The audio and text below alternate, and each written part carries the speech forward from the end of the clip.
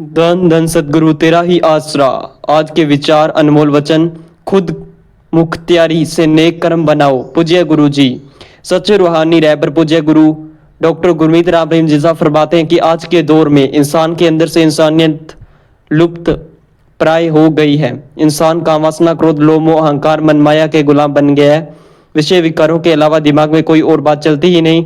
अल्लाह Waheguru God खुदा रब की बात दूर होती जा रही है। जिनके दिलो दिमाग में अल्लाह राम की बातें चलती है उन पर मालिक की कृपा है और शायद उसी वजह से वो मालिक की कृपा से जुड़े हैं। पूज्य गुरु जी फरमाते हैं कि आदमी खुद मुख्तियारी से मालिक से जुड़ सकता है, सुमिरन करके मालिक की कृपा को हासिल कर सकता है। पर कई बार संचित कर्म और संस्कार होते हैं जिससे लोगों की बड़ी जल्दी मालिक के रहमो करम से जुड़ जाते हैं और सेवा जुड़ जाती है और जिंदगी में बाहरें आ जाया करती है। वरना इस दुनिया से निकलना बड़ी ही मुश्किल है। जैसे समुद्र में सुई उसी तरह दुनिया में आज लोग खोए हुए हैं। आप जी फरमाते हैं कि आजकल लोगों की यह सोच बन गई है कि लोगों को अपने लिए अपने बच्चों के लिए बुद्धू बनाओ। बिल्कुल जैसे समुद्र में सुई निकालना मुश्किल है उसी तरह आज का इंसान दुनियादारी काम वासना क्रोध लोभ मोह अहंकार मनमाया में बुरी तरह से खो गया है। इससे निकलने का एकमात्र उपाय है ईश्वर का नाम। सत्संग सुनो, राम नाम जाप करें तो आप जरूर बुराइयों से निकलकर इंसान मालिक की कृपा दया मेहर रहमत के काबिल बन सकता है। पूज्य गुरु जी फरमाते हैं कि आज के लोग अल्लाह मालिक राम को कुछ भी नहीं समझते। अपने खुद गर्जी अपना काम धंधा उसी में खोकर इंसान मालिक से दूर है। संत यह नहीं कहते कि काम धंधा ना करो बल्कि काम धंधा करो, लेकिन जीने के लिए कमाओ। अगर कमाने के लिए जीना है लग गए तो मशीन बच जाओगे। हमारे सभी धर्मों में लिखा है अपने जीने के लिए कमाना है, यानी मेहनत कड़ा परिश्रम हक हलाल की कमाई करनी है।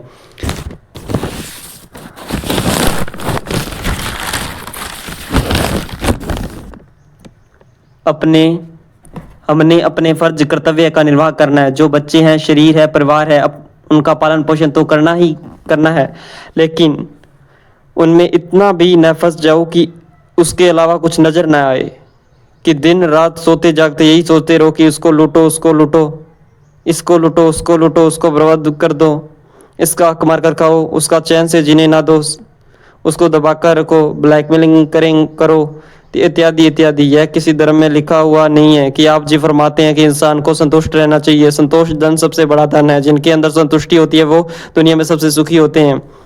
जो आदमी के पास है उसका सुख ले और जो पास में नहीं है उसके लिए मेहनत करे, टेंशन ना करो। इसी का नाम संतुष्टि। ऐसे लोग को हमने देखा है कि और अब भी देखते हैं, वो मेहनत करते हैं, जो मिल गया खाते हैं, दूसरों को भी खिलाते हैं, परमार्थ भी करते हैं और बिना किसी टेंशन के आगे बढ़ते चले जाते हैं। पूज्य गुरु जी फरमाते हैं कि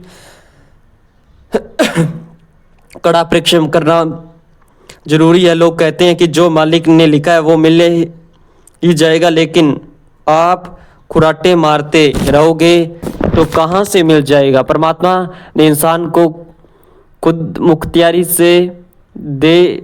मुख्तियारी दी है कि वो अपने नए कर्म बना सकता है, यानी जो अपने भाग्य में नहीं है अगर आप मेहनत करो, परमात्मा का नाम जपो, वो भी आपके भाग्य में नसीब हो सकता है। ये आदमी को ताकत दी है परमात्मा ने, ऐसे पशुओं को नहीं है। वो तो जैसे कर्म है उसके अनुसार भोगते रहते। आदमी अपने कर्म काट सकता है, इसलिए आप सिमरन कीजिए, मेहनत कीजिए, मालिक को मांगते हुए आगे बढ़िए। आप जी फरमाते हैं इंसान को वजनों पर पक्का रहना चाहिए। जब आदमी इकलाख ईमान से गिर जाता है तो गिरता ऐसा है कि संभल नहीं पाता। एक बार आदमी बुरा काम करने लग जाए तो मन का चस्का बढ़ जाता है, मन फिर रुकने नहीं देता और आदमी बुरा करता ही चला जाता है।